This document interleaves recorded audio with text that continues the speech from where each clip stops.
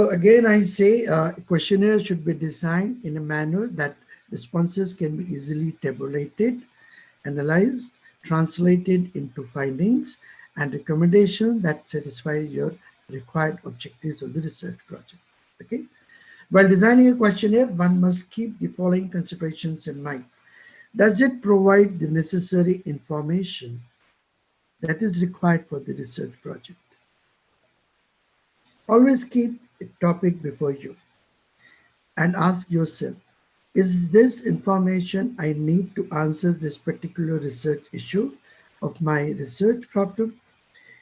Do I need this information for it, for this purpose, for that purpose? All the time, you must ask yourself this question. Why this question? Okay, what I need to answer this research issue.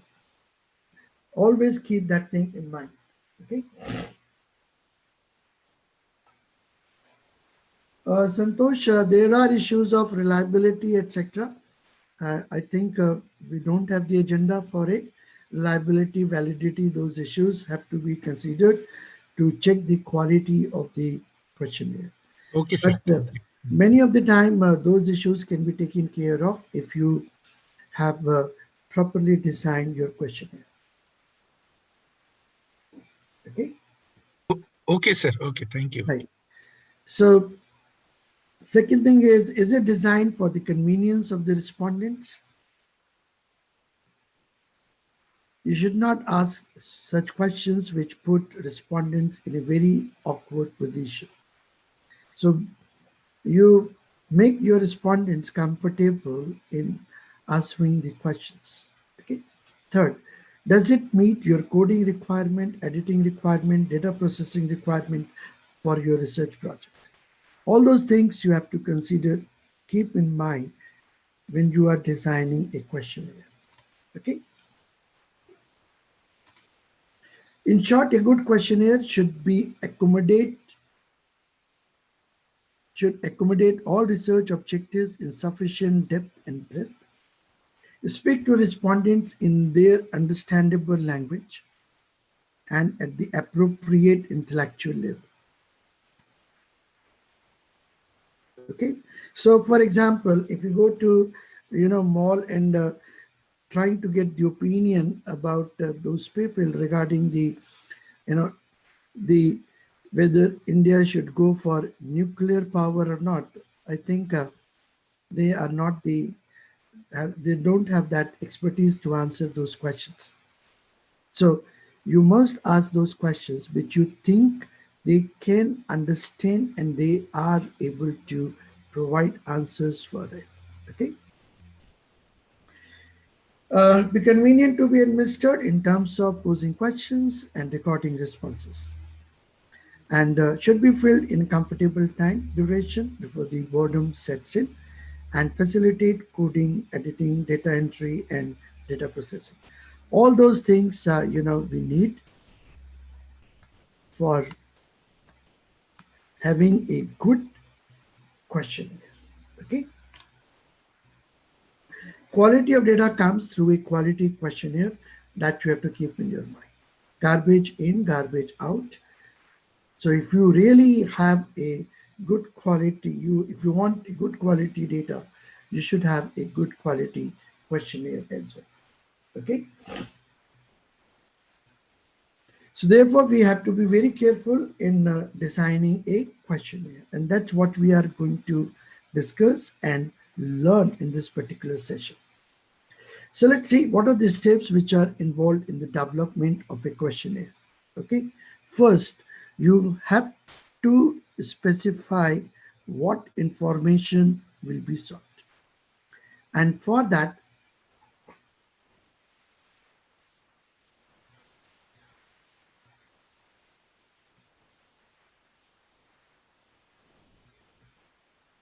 okay, so Siddhi is asking me a question about, it's basically a reliability check. Okay. And Siddhi, if you don't mind, can I take this question later on? Because this is something which is not in line of our discussion.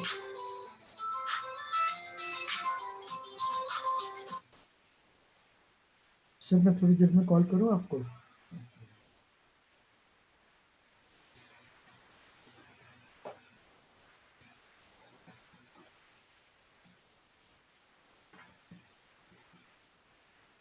Santosh, there are two Santosh. I do not know from whom we get the questions.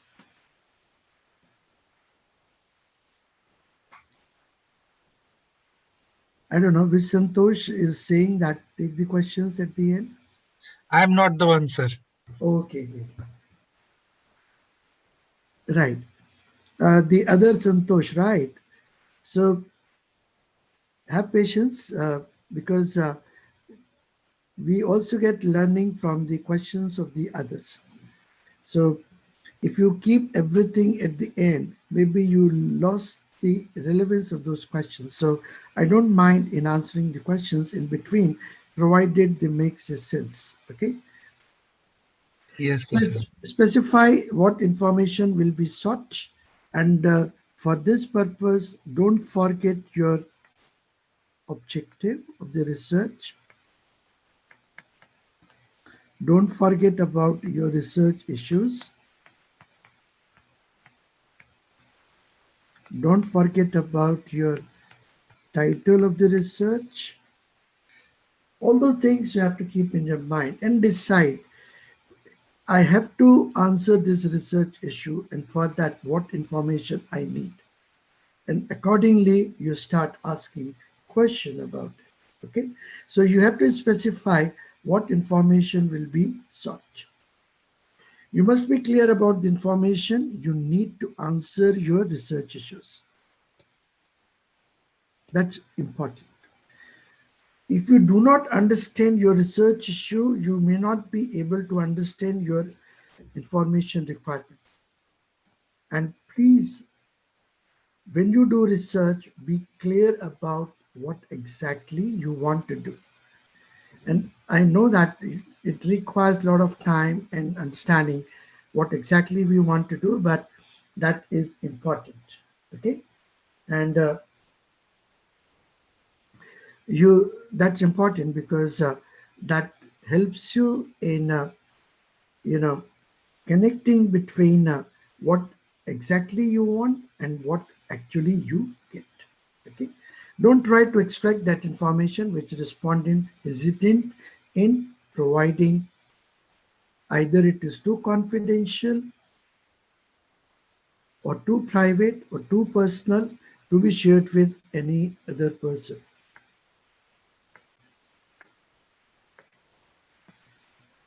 Okay, so I give an example. You will find that many people may not like to disclose their taxable income. So if you ask what is your taxable income, maybe people are hesitant in answering that question because normally that is quite confidential, which they don't like to share. Okay, if it is too private, like if you ask a question, do you have extramarital, relationship with other women? Maybe people don't like to answer those private questions. So you have to be very careful about asking what is that which respondent will not hesitate in answering your questions. Try to ask only and the only information that you think is relevant for your research, and don't ask anything which you are not going to use in your research, which is not relevant for your research. Okay. Then determine the type of the questionnaire and the method which you are going to use for administration purposes. If you are doing internet-based survey, your designing of the questionnaire will be different. If you are getting it done through personal contact, the designing of the questionnaire will be different.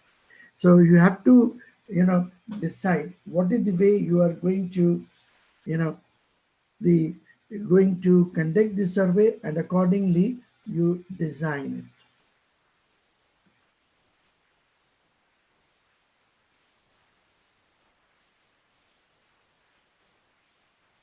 Uh, Purushottam, Mrs. Santosh wants to get it unmuted. Can you do that? Okay, sir, I'm doing.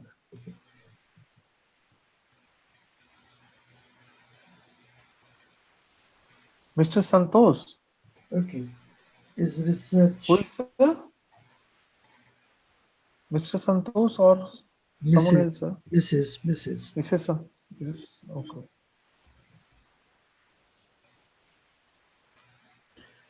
There is a question that says, is there a difference between a questionnaire and an instrument?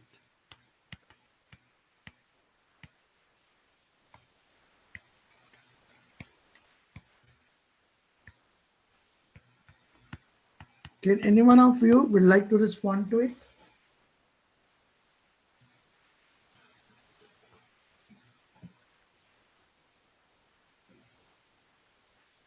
Do you, I mean, instrument is a term you will find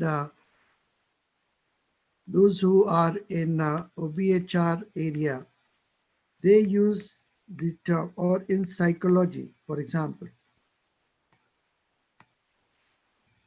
they use the term instrument, and most of us, which are not from this background, they prefer to use the terminology questionnaire. Okay, so instrument is broader that Firdaus Khan is saying. Hello, sir. Am I audible? Right.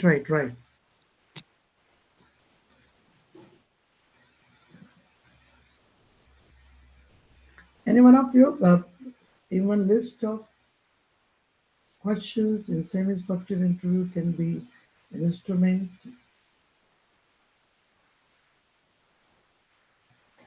Okay, so I give you the instrument So is I have a question. right. Go ahead.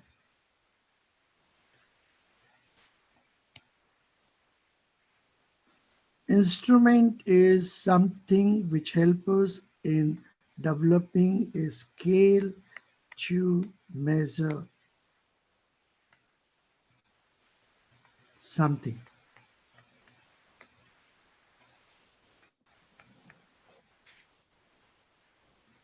Okay, suppose you want to measure the motivational level of the people, right?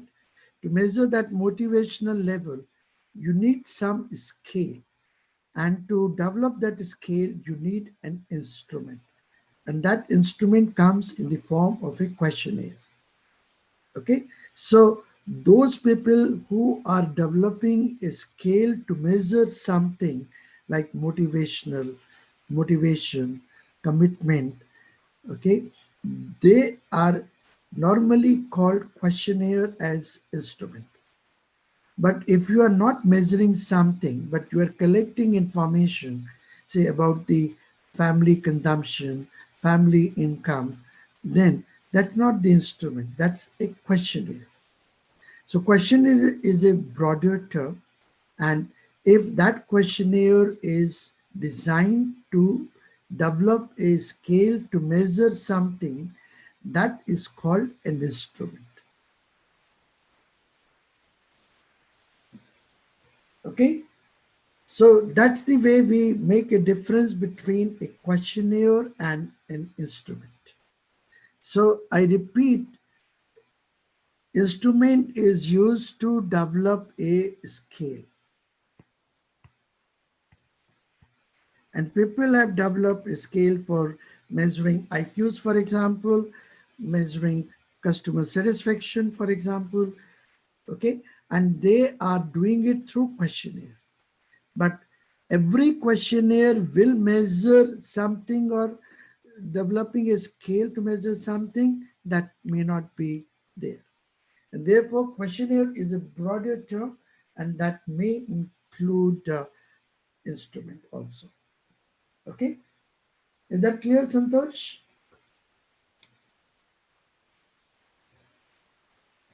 Then, so you have to decide whether you are going to have a structured questionnaire or unstructured questionnaire, obtaining through well-designed written questions or through showing pictures, telling stories about these pictures, collecting information verbally or in writing, that you have to decide.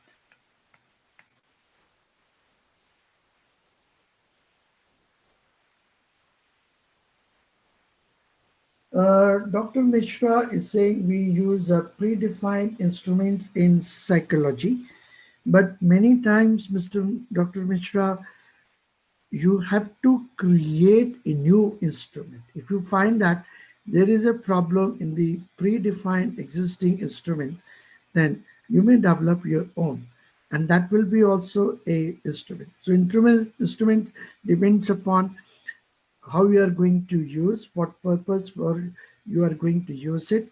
Is it already existing and you are satisfied with that, or you need to create a new instrument? That's your challenge, that's your choice. Okay, but it's not always predefined. Okay.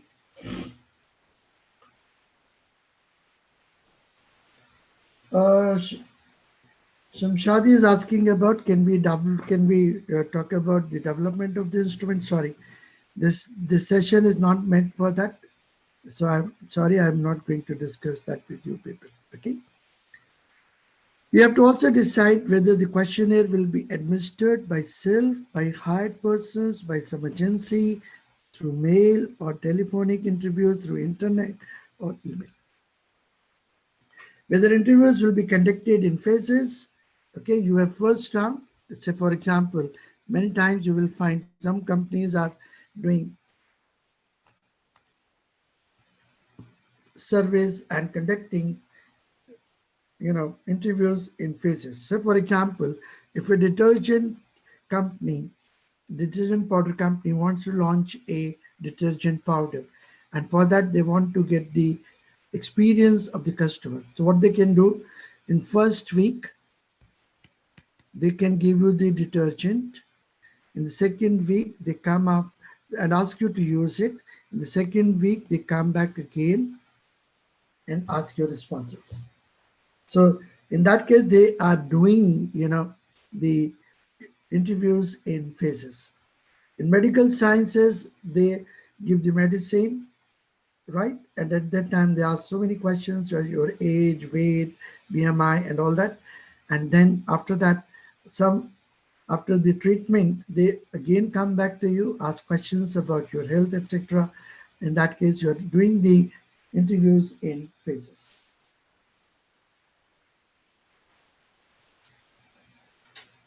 Determine the contents of the individual questions. That is also very important. What all to be asked in one question, that also you should look at. How many questions need to be asked? What all to be asked in each question, that you have to keep in your mind. Whether questions that are related among themselves, for example, questions related to personal details or related to attitude toward their bosses or subordinates, should be put under one questions with various sub questions, or should they be asked as main questions without any sub questions? That decision you have to take while designing the questionnaire.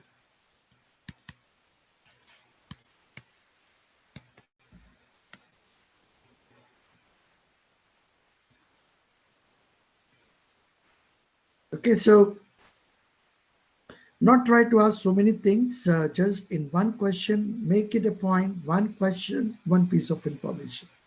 Okay, that should be the rule you should have in your mind while designing the questionnaire. To determine the contents of a questions, the researcher should address the following issues. Is question necessary? Okay, so for example, should you ask the address of the respondent? Is that necessary for you? Do you think that is going to serve any purpose for you? Okay. Should you ask information about who is your boss? Think before asking this question. Is it irrelevant information for you? Do you Are you going to use this information for your research work? If you feel that this information is important for you, ask the questions. Otherwise, don't, you know, waste your time and they waste the time of the respondent in asking these irrelevant questions. Are several questions needed instead of one? That is also you have to ask a question yourself. Do the respondents have necessary information to provide? Okay. So, for example, I've seen a questionnaire that was on that was administered on bank employees, and one of the question in that is what is NPA level in bank,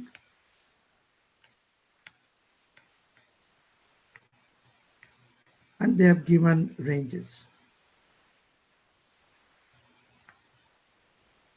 Do you think an bank employee who's sitting at a counter knows the amount of the NPA of that particular bank? I don't think that person might be having that particular information. Maybe at the top management, people are knowing the quantum of the NPA the bank is having, but at a lower level, it may not be possible for an employee to have the amount of NPA in a particular bank. So you must be clear in your mind and ask yourself again the information which you are asking from a particular person, does that person have that particular information or not?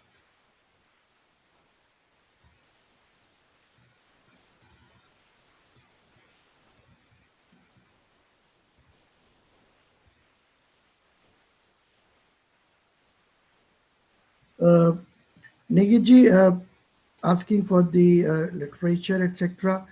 And sorry, I have no information, knowledge about epidemiology, and I may not be able to help you in that particular regard. Okay, let's take the next step, determine form of responses to each questions. In what form you would like to get the responses? That's another important questions you have to ask yourself. Are you going to ask questions, open-ended questions, or you are going to have close-ended questions? Open-ended questions are normally used for getting suggestions, opinions,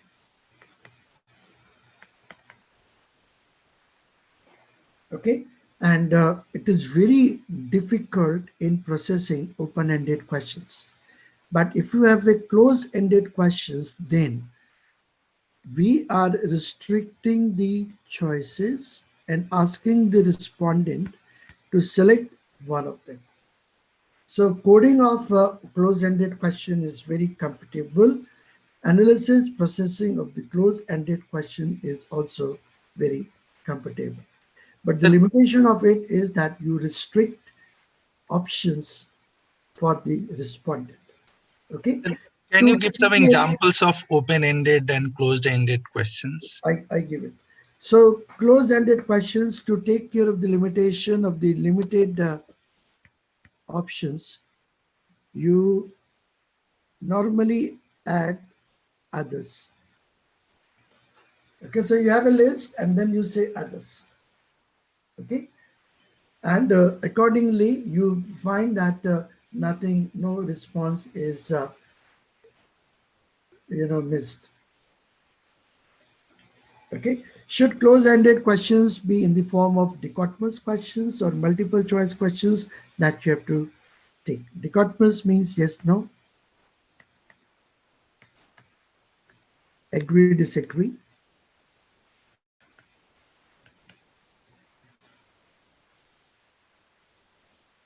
Okay, or you can have scale response questions, questions which are designed to capture the intensity of the responses.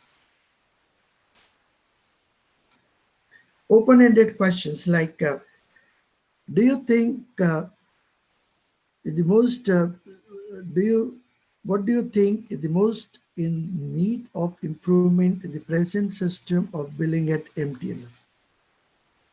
It's an open-ended question. Give the most important reason why you have selected the present brand of toothbrush. That is again an open-ended questions. Suggest as per your opinion which is the most important function of parent teachers association in schools. These are all examples of open-ended questions. Respondents are free to give their opinion, but the problem with these questions is that processing is little bit difficult. Close-ended questions like this: do you think that this year inflation is going to be more than that of the last year? Yes, no. Present government has taken serious steps to improve Indo-Pak relations. Agree, disagree. These are all close-ended dichotomous questions. You can also have multiple choice questions like, you know, indicate which age group you belong to. You have multiple categories, and the respondent is supposed to take one of them. In the last month, have you visited your bank? For multiple choice questions. Okay.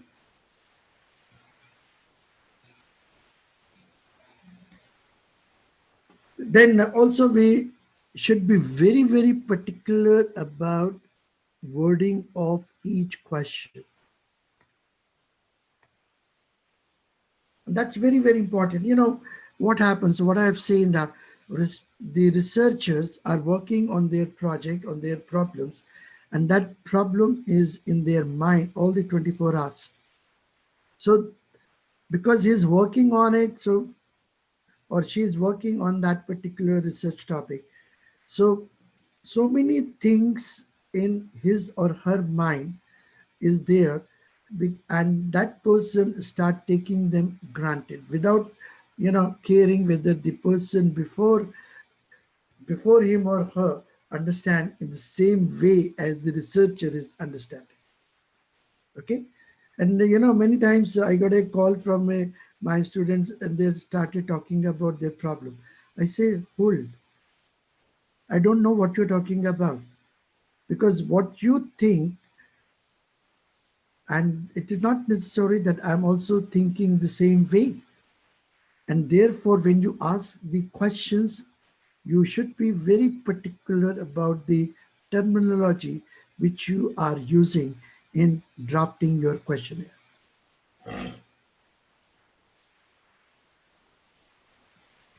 Let's take some example. Use simple words. Avoid any kind of ambiguous words which doesn't make a sense. Avoid ambiguous questions. Avoid leading questions. Implicit alternatives. Avoid implicit assumptions. Avoid generalizations and estimates. Avoid double-barreled questions. And I am going to take examples of each one of them. Okay, but you have to be careful about this.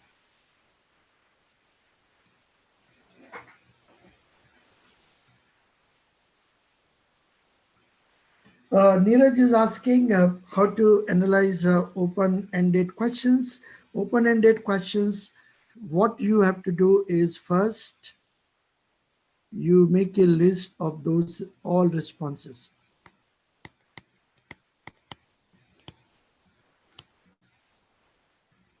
Okay, and many of time you will find the responses are, some responses are similar.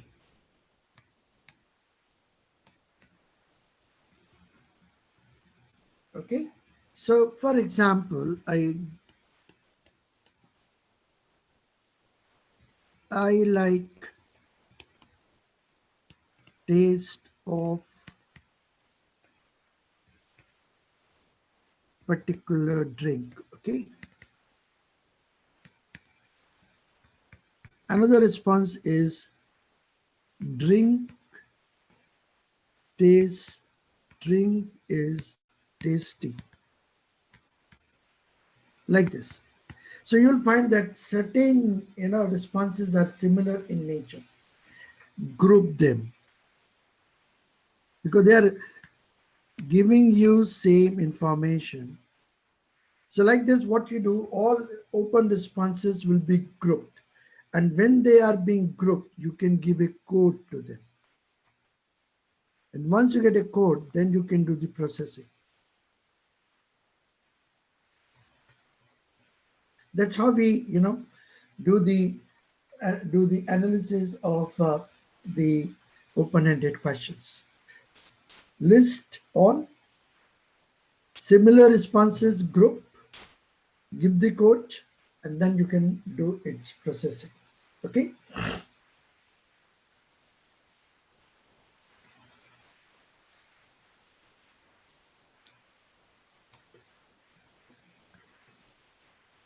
A leading question is one now which attempts to guide the respondent's answer. If a response to a question is pre-known and guided one, then it is called a leading question. For example, would you like to vote for Mr. Rana Singh, a man who has criminal background? Obviously, everyone will say no because nobody will like to vote knowingly that person is a criminal. So if you ask questions like this, they are your leading questions. Would you prefer spending an extra 5,500 on healthcare every year or losing 10 years of your lifespan? So when you ask this, then you are forcing him to compare loss of 10 years and spending 5,500. Okay, everyone will say yes, I will prefer to spend it. Okay, have congressmen forgotten for the sake for their selfish interests? Okay, maybe you know you are leading and say because of the infighting going among the congressmen, right? You maybe say that they have forgotten for the sake of their uh, interest, selfish interest, then you will say no. Are you in favor of a balanced budget? Everyone will say yes, I'm in favor of it.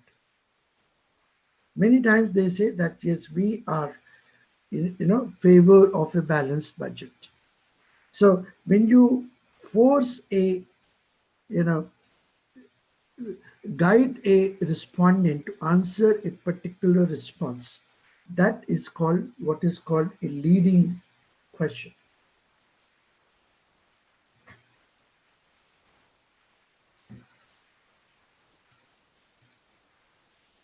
Neeraj, sentimental analysis can be done on open-ended questions as well. That can be done, no problem in it. Okay. Then we have another type of a question, which is loaded question. Loaded question is a question with a false or questionable presuppositions.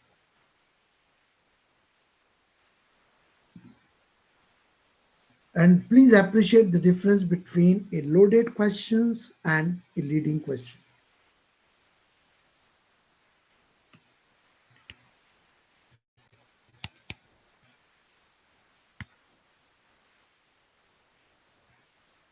Leading question is one that leads to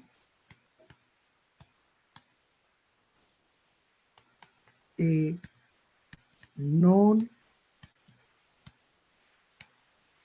response. And loaded question is one that presumes or presupposes something and then asking the respondent to give the answer for the question. I give you the example.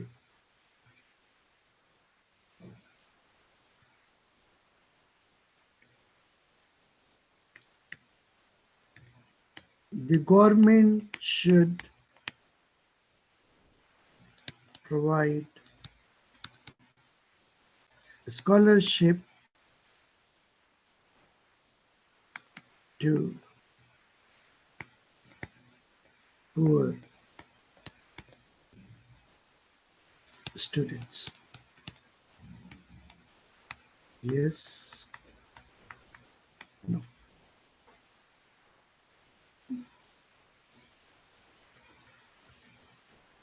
Okay, So if you ask anyone whether government should provide a scholarship to the poor student or not, everyone will say yes.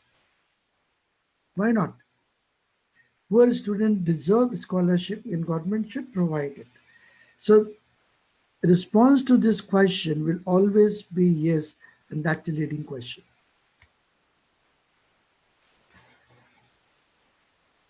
Okay? I ask a question. Have you stopped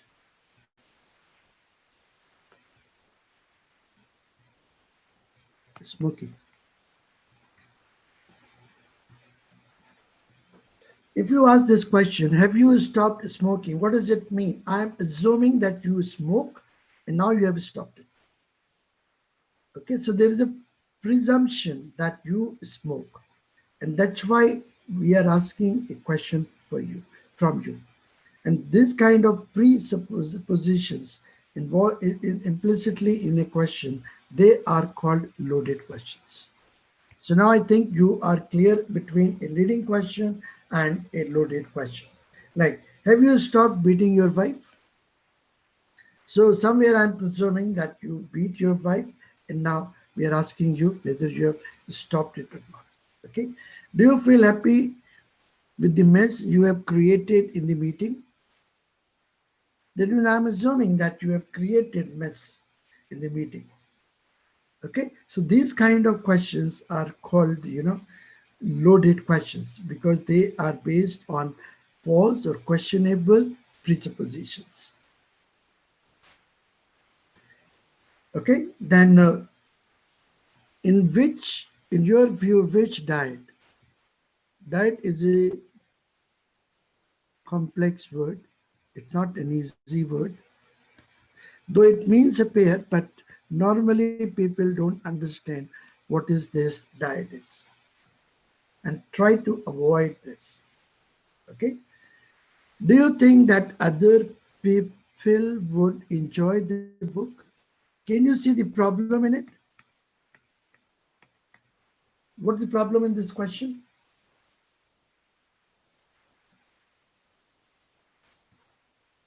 See, I can tell you whether about myself, whether I like this book or not. I do not know whether other people will enjoy or not. If you really want to know whether other people will enjoy it or not, you ask them. Don't ask me. So if you really want to get uh, uh, Santosh, it is not incomplete information. It is not an information which we expect from a particular respondent.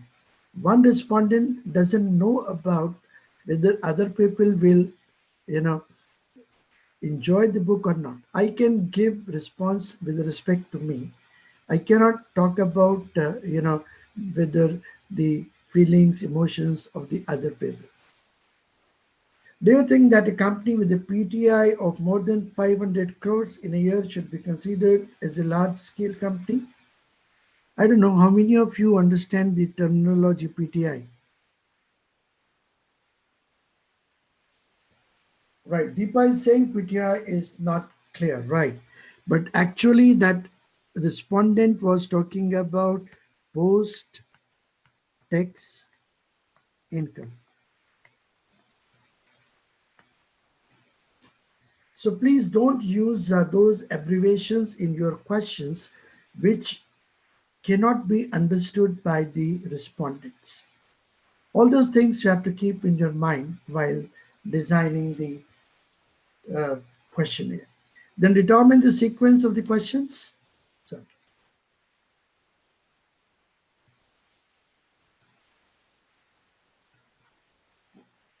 you may start with simple and interesting question to begin with. Start with broad questions and narrow down to more specific questions. If you do that, you are following an approach which is called funnel approach. Beginning and ending of a questionnaire may have simple and less demanding questions. In mid, you may put more demanding and serious questions. So normally beginning, you give some space to the respondent to settle down. By the time the respondent comes to the end, he might be feeling bored or might be feeling tired, and therefore during that end, at, at that particular end, don't ask serious questions. Maybe you ask some light questions. Okay.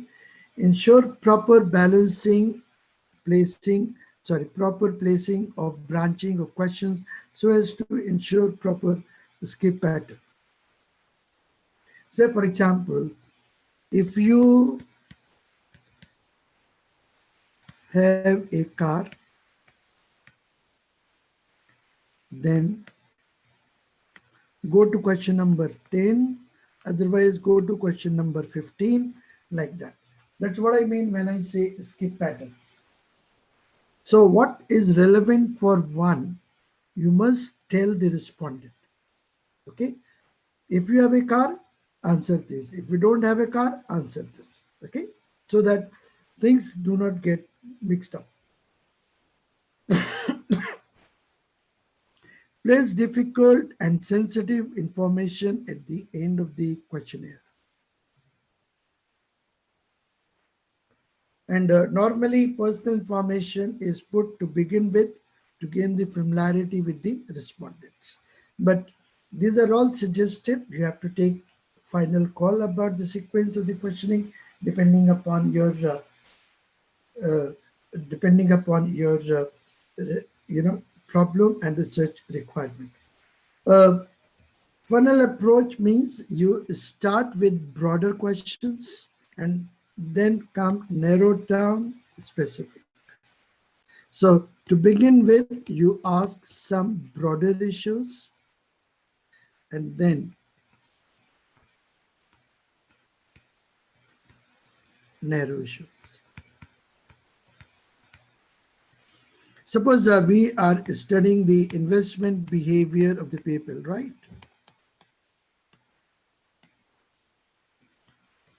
So broader question is amount of investment.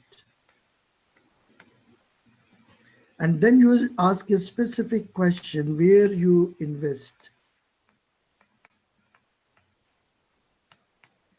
in PPF, in fixed deposit, specific, narrowing it down.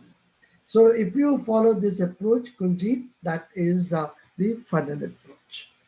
Is that clear, Kuljit?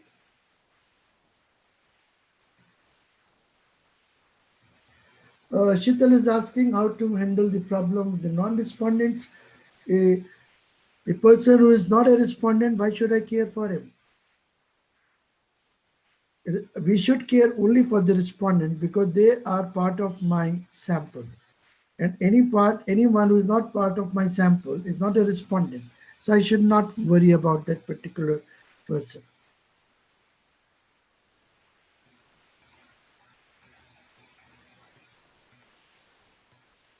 Then you should determine the physical characteristics of the questionnaire. If you are preparing physical form, the questionnaire, then physical appearance of a questionnaire may affect the cooperation and thus the quality of the responses that can be obtained. Nicely typed, nicely spaced, proper font. Okay, all those things you have to be careful about. Physical characteristic of a questionnaire. Ensure proper size and layout of a questionnaire. A questionnaire should not give a feeling of clutteredness or crowded appearance. Properly stapled, bounded, and hinted. These are some of the characteristics, physical characteristics one should take care of. And then re-examining steps 1 and 7 every time, repeating it again and again to come out with the final questionnaire. Test and pre-test your questionnaire and see if something can be revised and can be taken care of. Do it before you finally administer your questionnaire. Okay, so these are the steps, these are the things, friends, you have to keep in your mind while designing a particular questionnaire. Okay. Uh, Anita, it's very difficult to share with you some good quality questionnaire because many of the questionnaires are personal properties of the researchers, and I don't think anybody would like to share his or her questionnaire with anybody else. Okay. Any questions before we go ahead? Any doubt?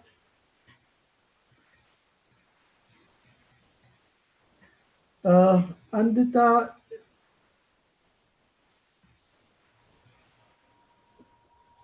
okay, right. Anindita, if you say reliability of the questionnaire, right?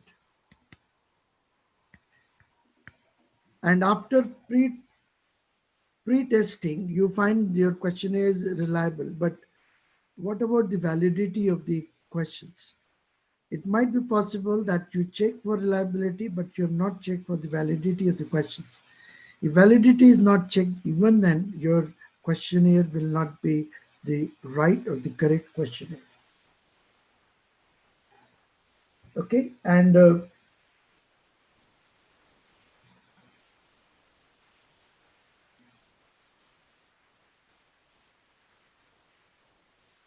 pre-testing means uh, I think Sen Gupta is asking about pre-testing. Pre-testing means you design a questionnaire, okay, and maybe you circulate it among your friends, among your knowns, or take some respondents, get their responses, and check whether they are feeling comfortable with it, whether you are getting the right responses or not, whether you are asking the thing which you think you must ask. All those issues you can take when you have, some sample surveys. Okay.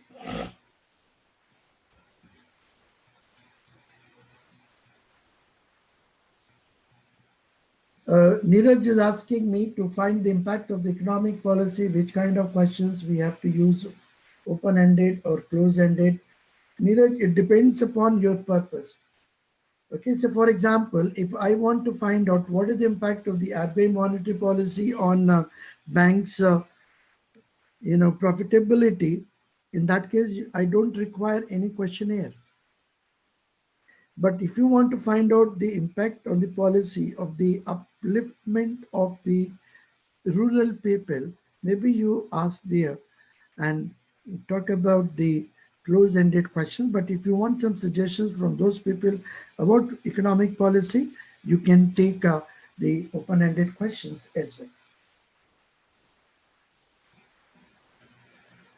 Difficult to say how many responses are sufficient to check the reliability. More of it, better it is. That's the only thing I can say.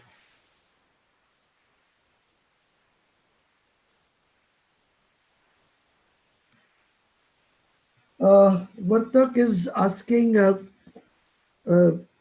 depending upon the tools, we should ask the question. Yes, you have to. That's why I said you have a research issue. To answer that research issue, you must know what is the tool you need to, you know, the tool you require to answer that research issue, and for that particular tool, what information you need,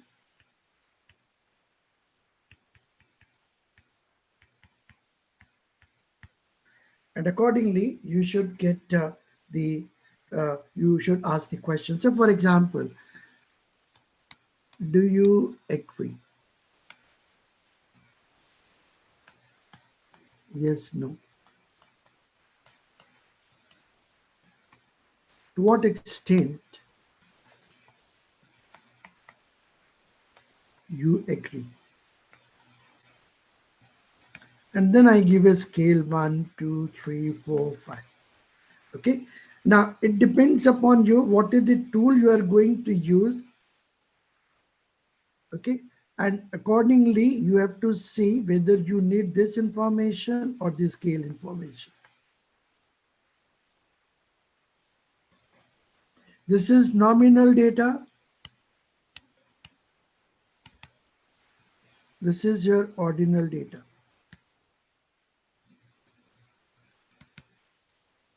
And for your tool, what kind of data you need, accordingly you must ask the questions.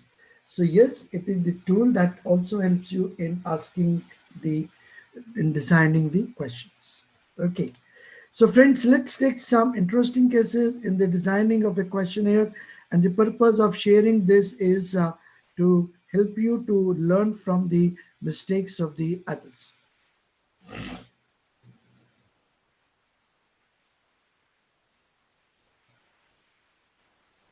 Shital, I have already given the examples of the open-ended and closed-ended questions.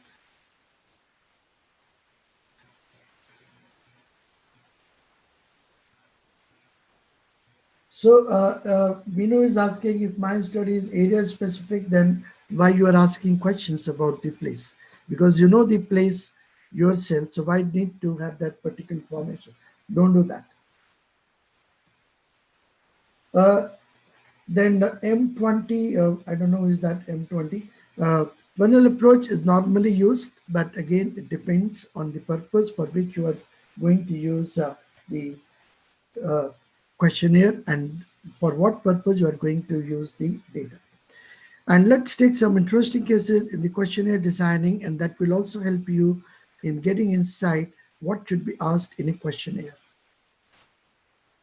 Let's take one question. A person was working on some research problem. He interviewed managers and senior managers of a particular company. The company is having its offices in all the states of India. And one of the question is, in which state do you work?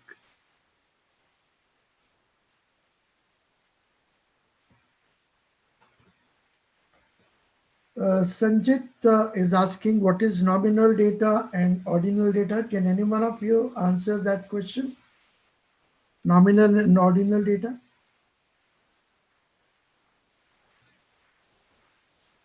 Nominal is just Numbers. labels. Yes, no, male, female. They're the nominal. Okay. And the ordinal is where you have hierarchy order.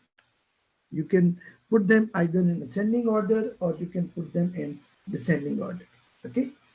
So yes, nominal is for identification. Yes, Mino is absolutely right. Ordinal is for the hierarchy or ranking.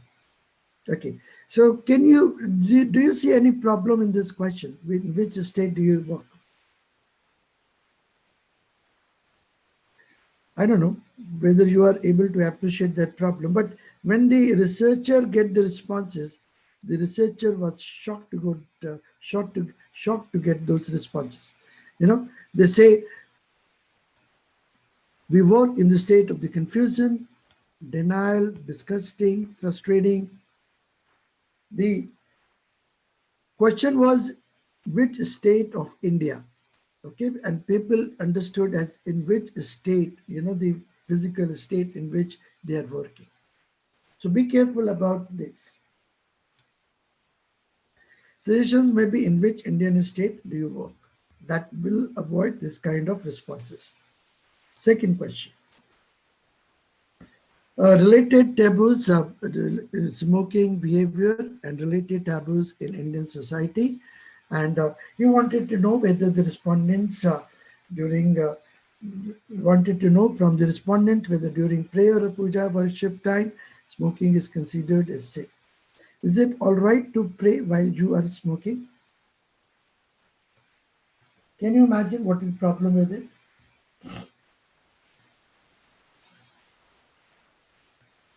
Deepa, what's wrong in this question? You're right, but what's wrong in it?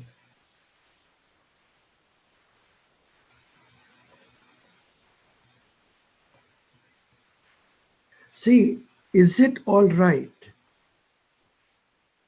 When you say, is it all right, you are asking about opinion and not effect. It might be possible that he feels that it is sin to smoke during the prayer time. And it may also, hurt, religiously, Right. So, religious sentiment. so Yes. that is something which you should avoid asking questions. Everyone without an exception responded to this question with no.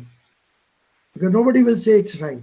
Everyone will say, do you smoke during the time of prayer, puja, worship? That may be a, properly drafted questions. You are asking about effect, not an opinion.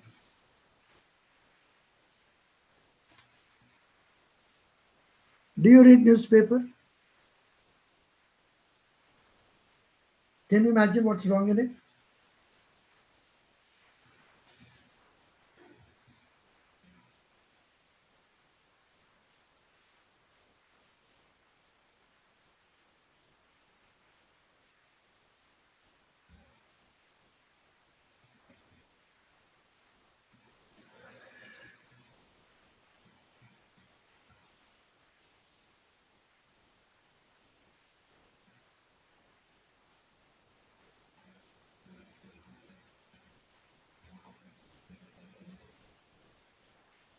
People are saying nothing wrong in it, but I say you there is something wrong in it.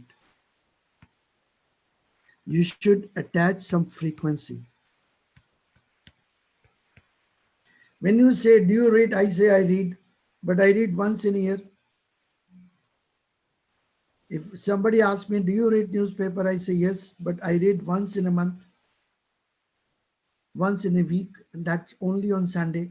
Do you think that is what exactly you require? Uh, Tushti, it is not a socially desirable thing. Reading newspaper is not a social mandate. It's not a social mandate. So I don't see anything wrong in the question, but framing of the question is wrong.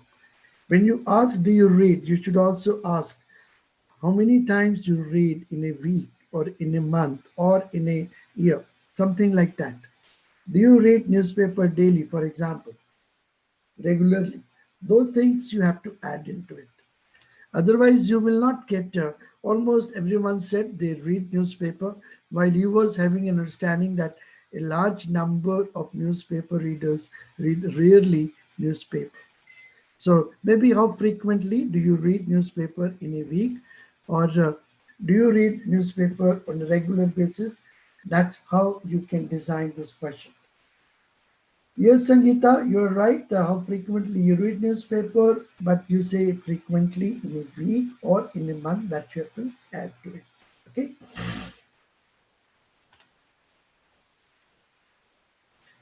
A sociologist is working on a project in that he wants to know whether the present generation parents use corporal punishment for their children.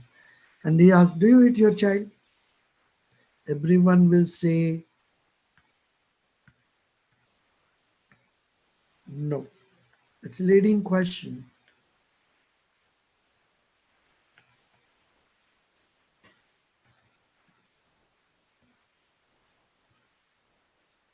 But it might be possible that in principle they don't hit their children, but once in a while they do that.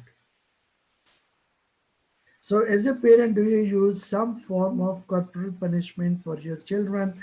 That is one suggestion. Maybe you design it differently. Or have you ever used corporal punishment for your children? Those things you can ask. Okay, AP Gupta was working on a project, aggressiveness in the behavior of Indian managers. One of the hypotheses which he was working was unmarried managers more cold in their behavior than those of the married managers. Okay. Anyway, are you a bachelor?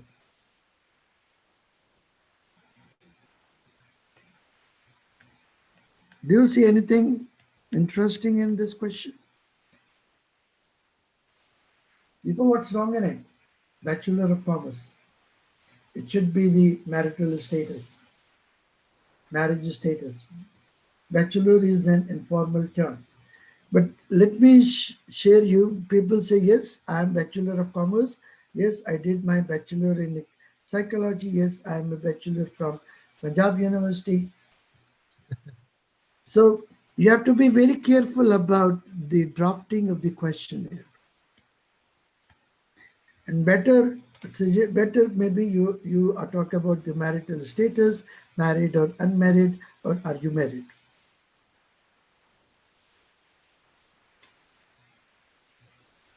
What's wrong in it? Any one of you? Yes, Father. Yes, are you married? That's something which you have to look at psychologically. What does it mean? I don't know.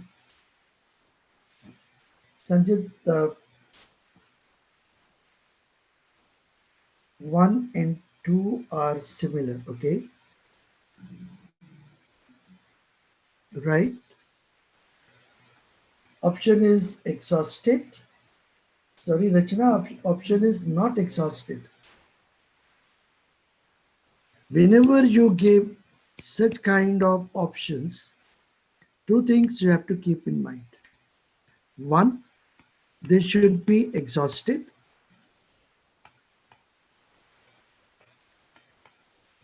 and should be mutually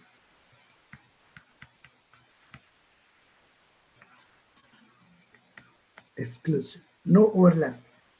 So when somebody is saying, industrialist and self-employed, they are related. That means some may take here as well as here, and maybe retired. He's retired, and after that retirement, he started some business of his own. So this overlapping questions or categories should be avoided. Otherwise, it will be very difficult for you to process this particular data. Okay.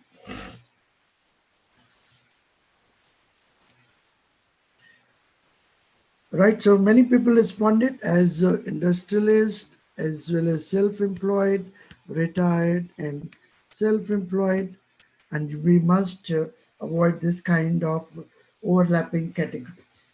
So whenever you are defining categories, please ensure no overlap.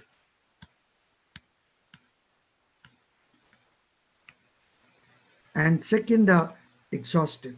And many times to take care of that exhaustive, you may put an option others specify.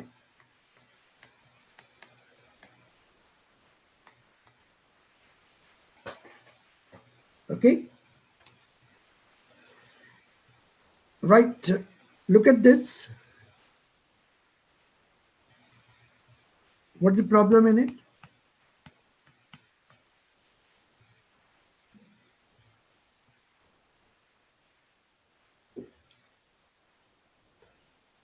Above 40 is not there.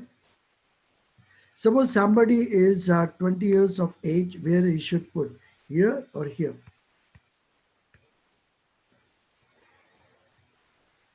See, people may not able to understand whether the categories are exclusive or inclusive. That may be, statistician. I don't know. Rajkumari, are you there?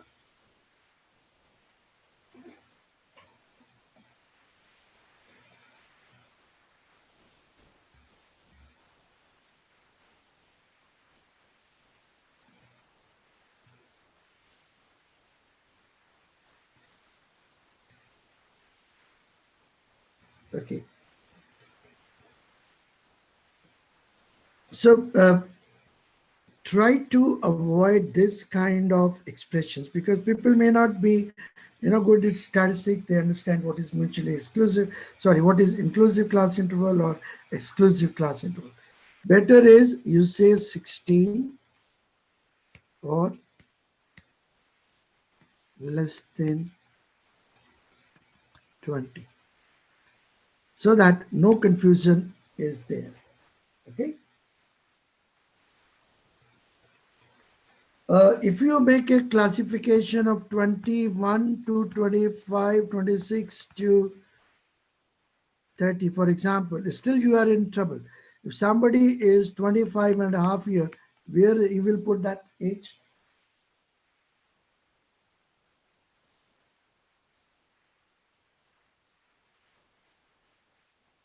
Yes, Shijo, Dr. Shijo, if you say 21 to 25, then you will find this problem. Somebody with this age, where he should put, okay? So a lot of problems are there. You have to be careful about this. Shama Goyal is working on trust among workers, and she has asked the following questions in the questionnaire designed by her for the research purposes. Which one of the following groups of people do you trust most? Tick one only one group. Do you see any problem in it?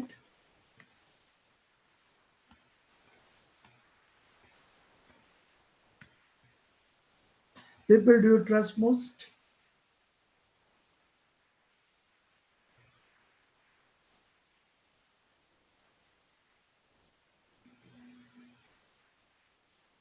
Uh,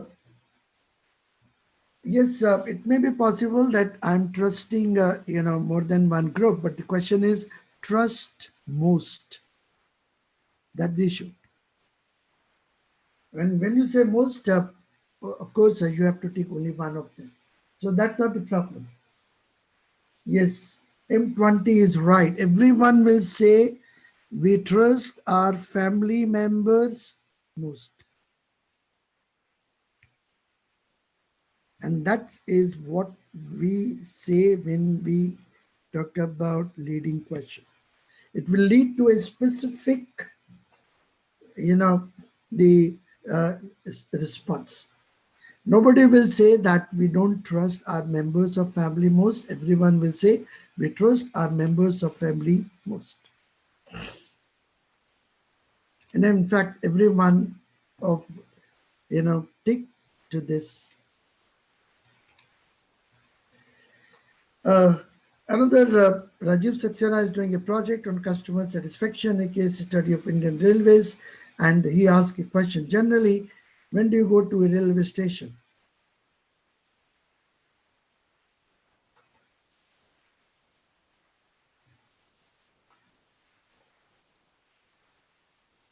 Yes, Santosh, we should not have leading questions in our questionnaire. Not at all. Okay, so do you see any problem in it?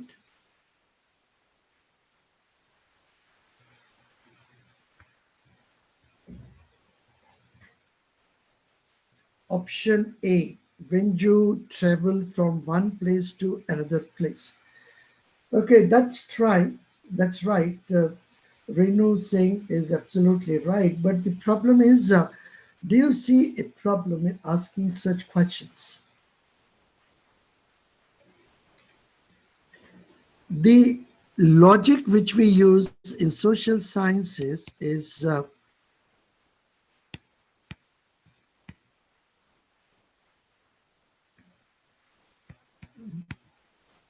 when we talk about logic, we have two kinds of logic: deductive and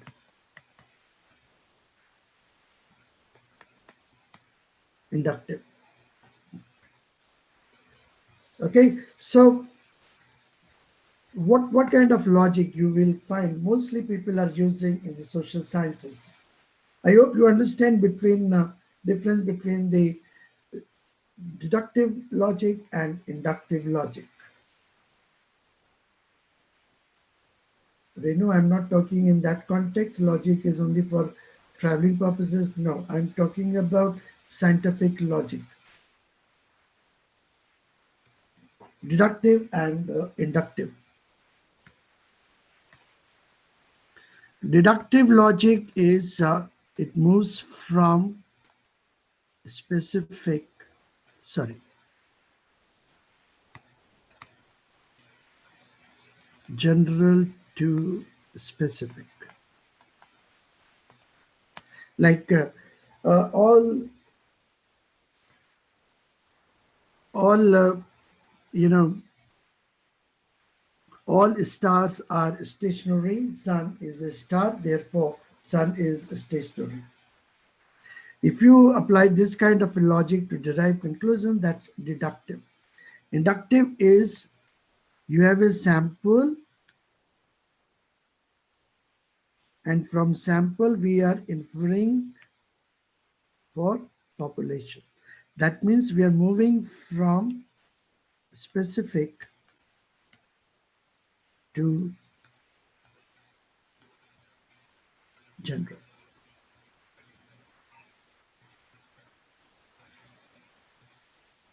All flowers are beautiful, so the flowers in my gardens are beautiful, right?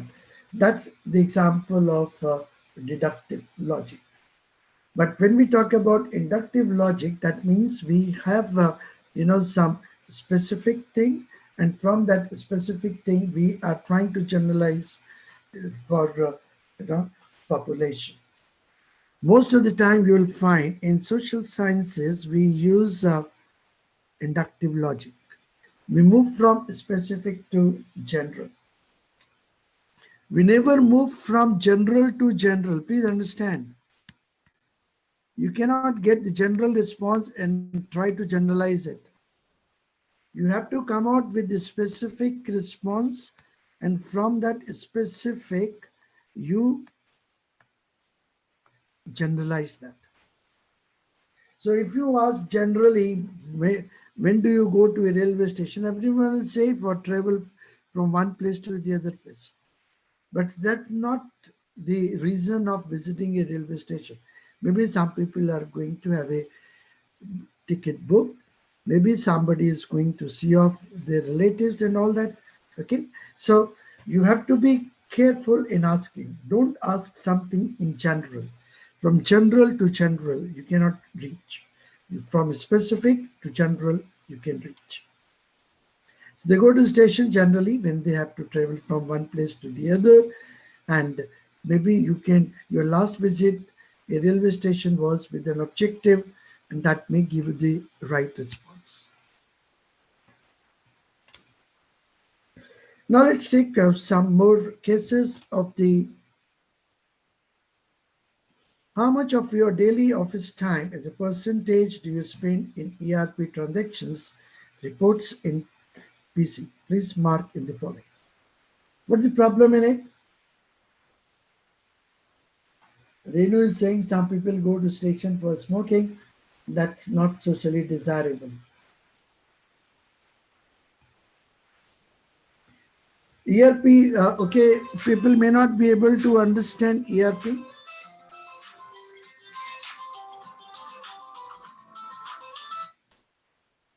and ERP is what the enterprise resource planning.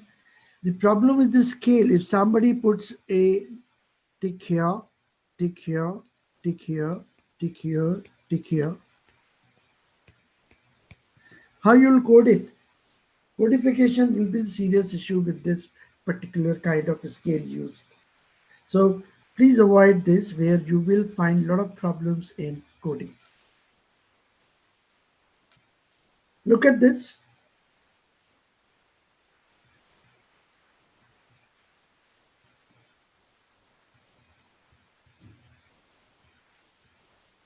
Rank the following as in your opinion the major reasons for the recurrence of the same problem issue referred this.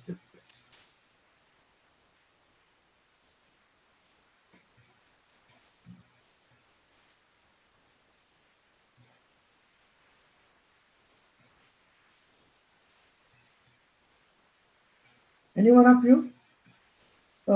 Intervals, right? So if somebody one is highest, eight is lowest.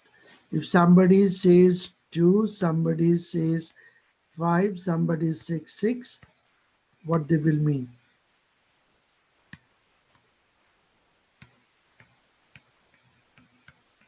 That's one problem. Second problem. Any other? Any other problem which you feel? Major reason for the recurrence. They're asking about the reason. So if you are asking about the reason, what is the highest reason or the lowest reason? I mean, there is no concept like highest reason or the lowest reason. And that means the scale used is not correct. I want to find out what is the major reasons for the recurrence of some problem. Okay, so what is that I should ask? We are talking about reasons. When I say highest, lowest, highest of what? Lowest of what? I should ask that question. So either you say highest frequency of the recurrence or the lowest frequency, then it makes a sense.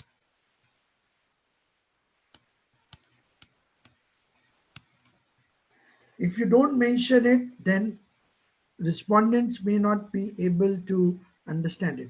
Maybe the highest severity reason or the lowest severity reason.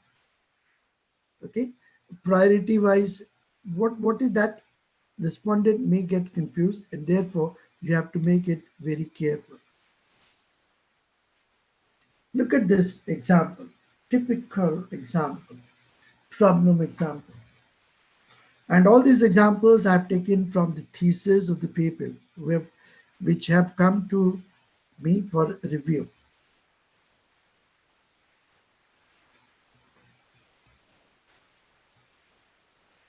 Any one of you react to it? What's wrong in it?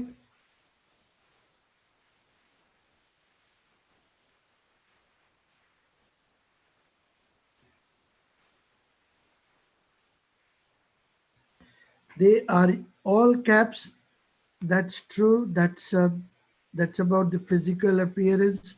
If you use all caps, it may not, physically, appearance wise, it doesn't look nice. Three options, five rankings. No, no, no. I've taken part of the questions, so Deepa, it's not three. There were a number of questions.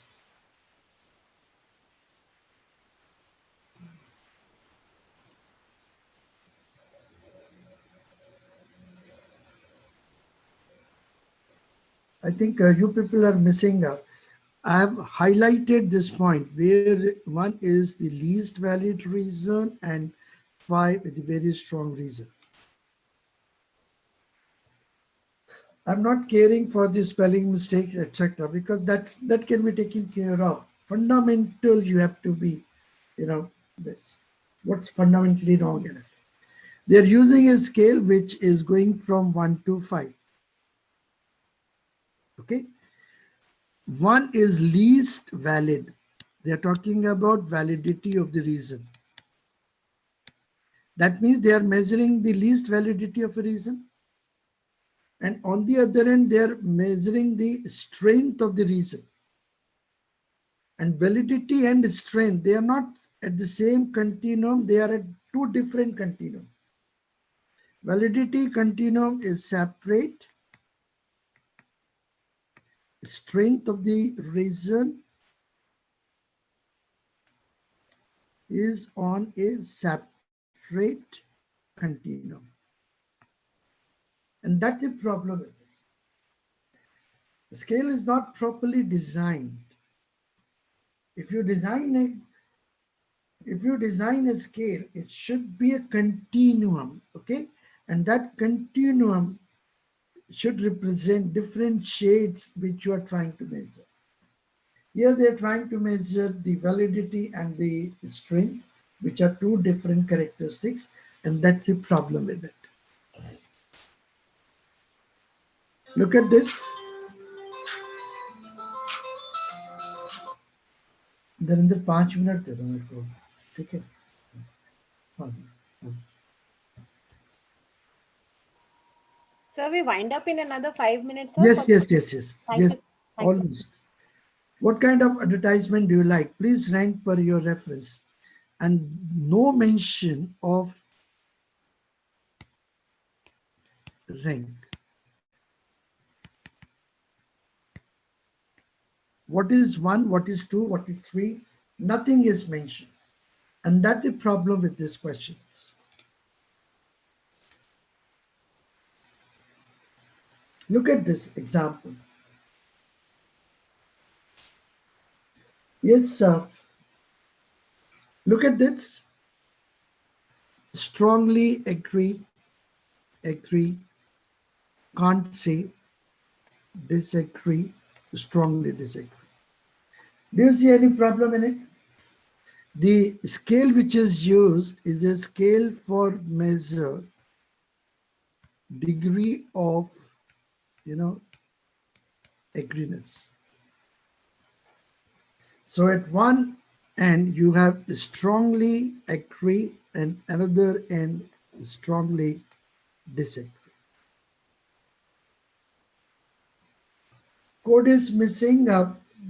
That doesn't matter, that I can do it when I put into my system. So coding is not a problem. Can't say it's not necessary. No, it is necessary. I need it. Reverse order, not a problem. Leading question, no, it's not a leading question. Think something else. Can't say is not a part of the scale. In fact, you should have stand strongly agree, agree, disagree, strongly disagree, and then can't say is basically it's no response. It cannot be a part of a scale. It has to be different. It says, if somebody says can't say, that means this is not applicable to that particular person. So it cannot be a part of the scale. It has to be separate from the scale. So this should be taken as a separate can't say. Don't make it a part of the continuum of agree to disagree.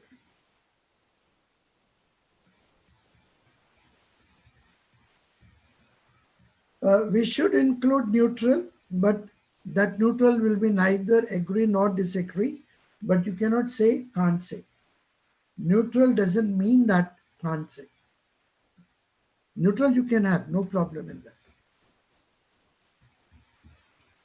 Salary structure, if you see, again, there is a problem of, you know, salary per month, per year, nothing is mentioned. That's the problem with this question.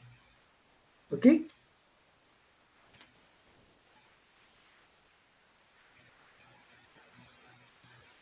Mark the choice for you this cost of the ticket paid by self, employer, others.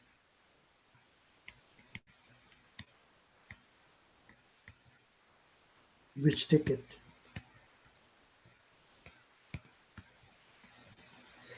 The last time when you visited, last year when you visited, when you traveled, or I mean, if you have not traveled, then what else? Nothing is mentioned in this particular topic. When you are asking about cost of a ticket, which ticket cost you want to know? You have to be careful about it. Okay?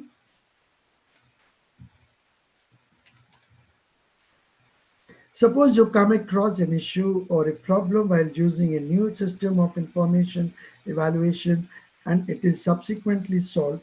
Are you able to understand the cause of the problem and how to prevent its recurrence?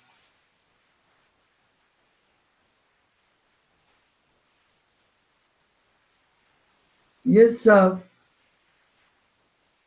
but so right. I think by Sheki, you're right. You can ask the question about the ticket before that.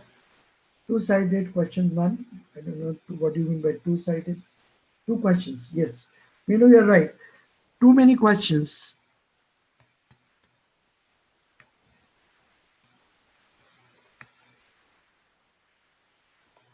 in one. So when somebody says yes, yes for what? How to prevent its recurrence? Yes.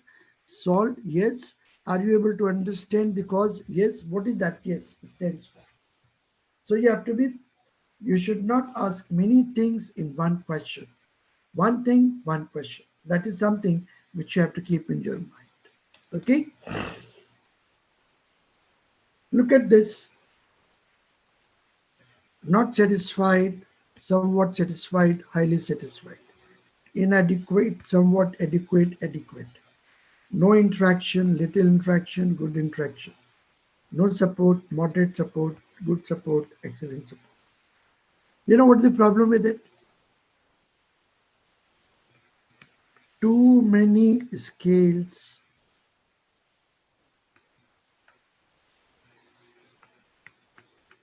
are used, one after the other, immediately. So when respondents is getting oriented to a particular thinking of a particular scale, you are asking him to change that thinking and immediately move to the second one. So he may be irritated and may not be feel comfortable with so many, different scales which are used. So try to use one scale for related questions. Otherwise, as Malhotra is saying, it will create a lot of confusion. Avoid that. Okay.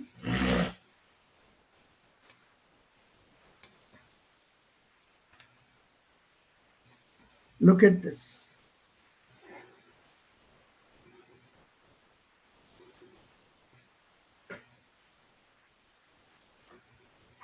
Yes, Rachna, you're right. Changing scales in every question does not make good questionnaire. Rank the following criteria from 1 to 4 in order of your preference for a hotel in ranking 1 most important for least important.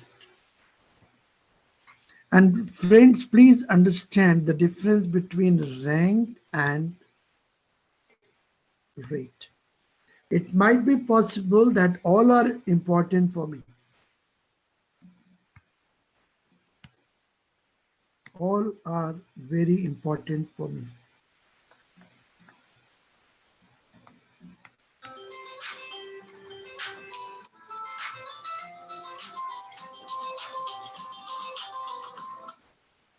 Okay, so when all are important for me, so I have to be careful about it. Am I asking rating? Am I asking rank? That is something which you should be clear about. That's the point which I'm going to highlight through this particular example.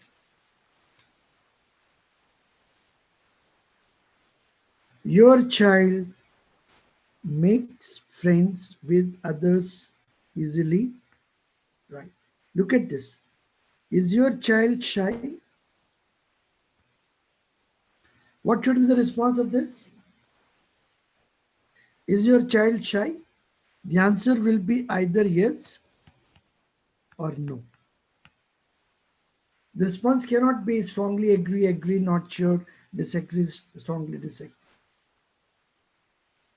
So when you ask this, when you use this kind of a scale, you should use statements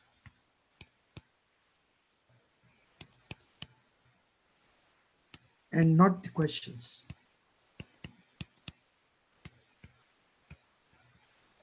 Because questions will be either answered as yes or no. Okay, so try to avoid these questions in it. That's the point which I'm trying to say. So friend, the lesson is you have to be very careful in designing questions. One should constantly put oneself in the shoes of a respondent and see how he or she will get responses as desired. That's something which you have to be careful while designing questions. So friends, thank you for this. And that's all I want to discuss in this particular session. And thank you very much. And we'll be back after Thank you, sir. 15 minutes. Uh, Okay? Thank you for Thank you, feedback. everyone. We will be coming back again. We come back, sir, at 12:15. And sir, I'll announce accordingly, sir. Hello? Sir, Hanji. we come back at 12:15, sir, or Right. 12:15 is okay. 12:20. Keep it 10. 12:20. pardon, sir? 12:20. Okay. I request all the participants to come back at 12:20 for the next session. Thank you, sir. Thank you for such a Thank you. knowledgeable session on Thank you. questionnaire Thank designing. you, Thank you, Anjali. sir.